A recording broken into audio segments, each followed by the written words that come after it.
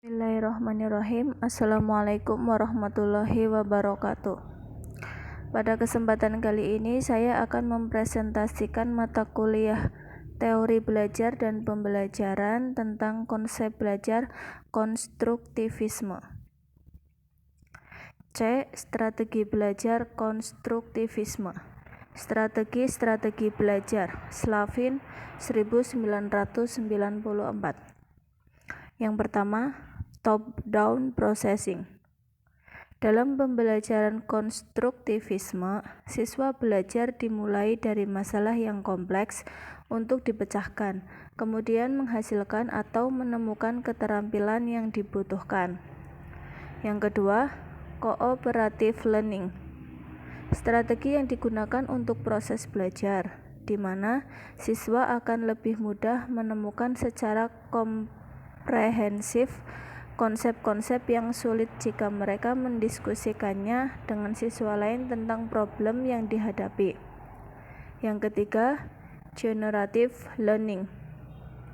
Strategi ini menekankan pada adanya integrasi yang aktif antara materi atau pengetahuan yang baru diperoleh dengan skemata.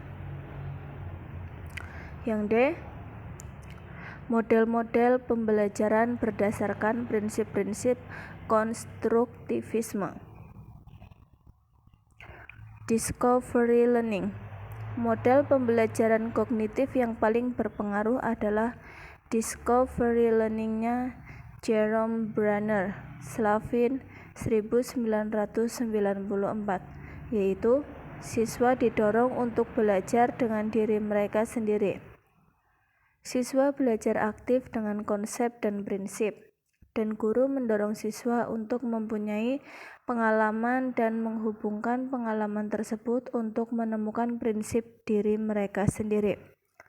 Discovery learning mempunyai keuntungan dalam belajar, antara lain siswa memiliki motivasi dalam diri sendiri untuk menyelesaikan pekerjaannya sampai mereka menemukan jawaban atas problem yang dihadapi mereka.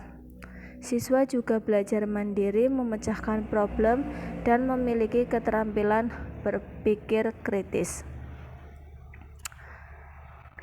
Reception learning. Para penganut teori ini menyatakan bahwa guru mempunyai tugas untuk menyusun situasi pembelajaran, memilih materi yang sesuai bagi siswa, kemudian mempresentasikan pelajaran dengan baik.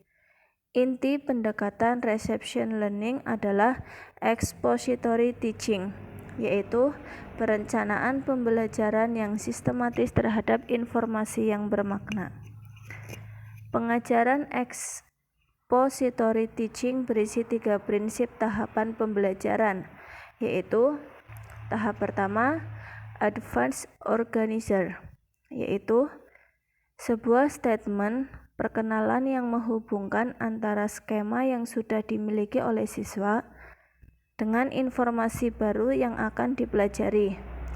Fungsi dari tahap ini adalah memberi bimbingan untuk memahami informasi yang baru. Yang kedua, tahap kedua, menyampaikan tugas-tugas belajar.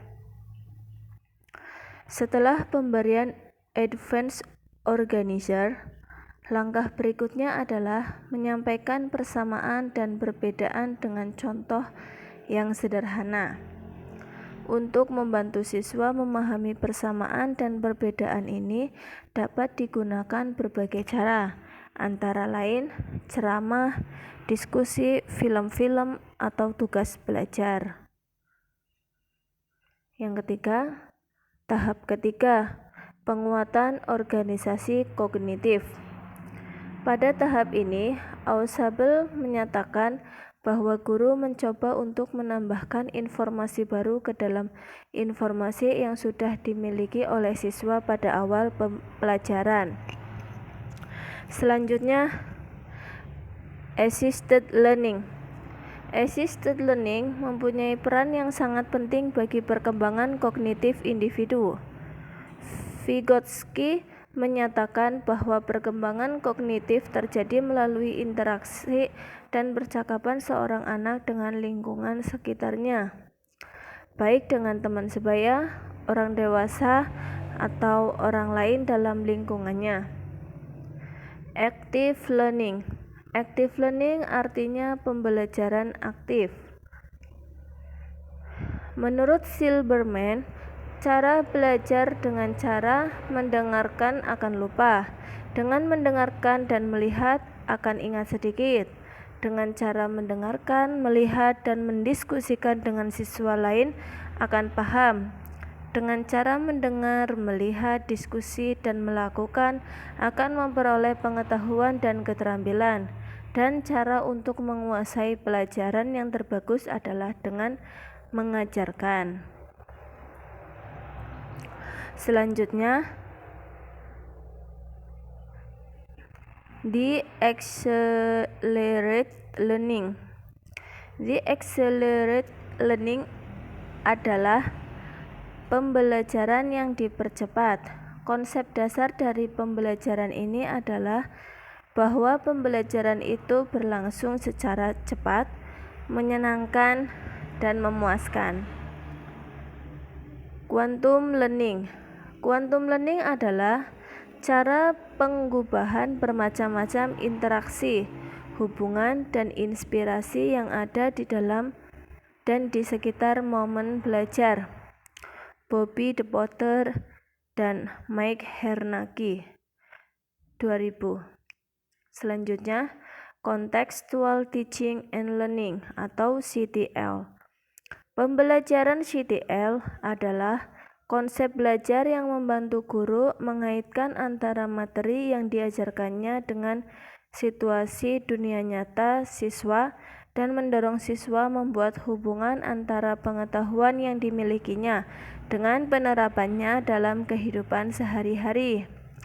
Proses pembelajaran berlangsung alamiah dalam bentuk kegiatan siswa bekerja dan mengalami, bukan transfer pengetahuan dari guru ke siswa. Penerapan CTL dalam kelas cukup mudah.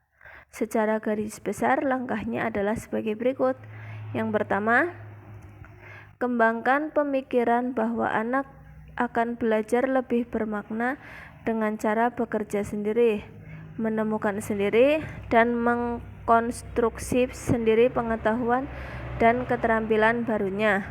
Yang kedua, langsungkan sejauh mungkin kegiatan inquiry untuk semua topik. Yang ketiga, kembangkan sifat ingin tahu siswa dengan bertanya. Yang keempat, ciptakan masyarakat belajar atau belajar dalam kelompok. Yang kelima, hadirkan model sebagai contoh pembelajaran. Yang keenam, lakukan refleksi di akhir pertemuan.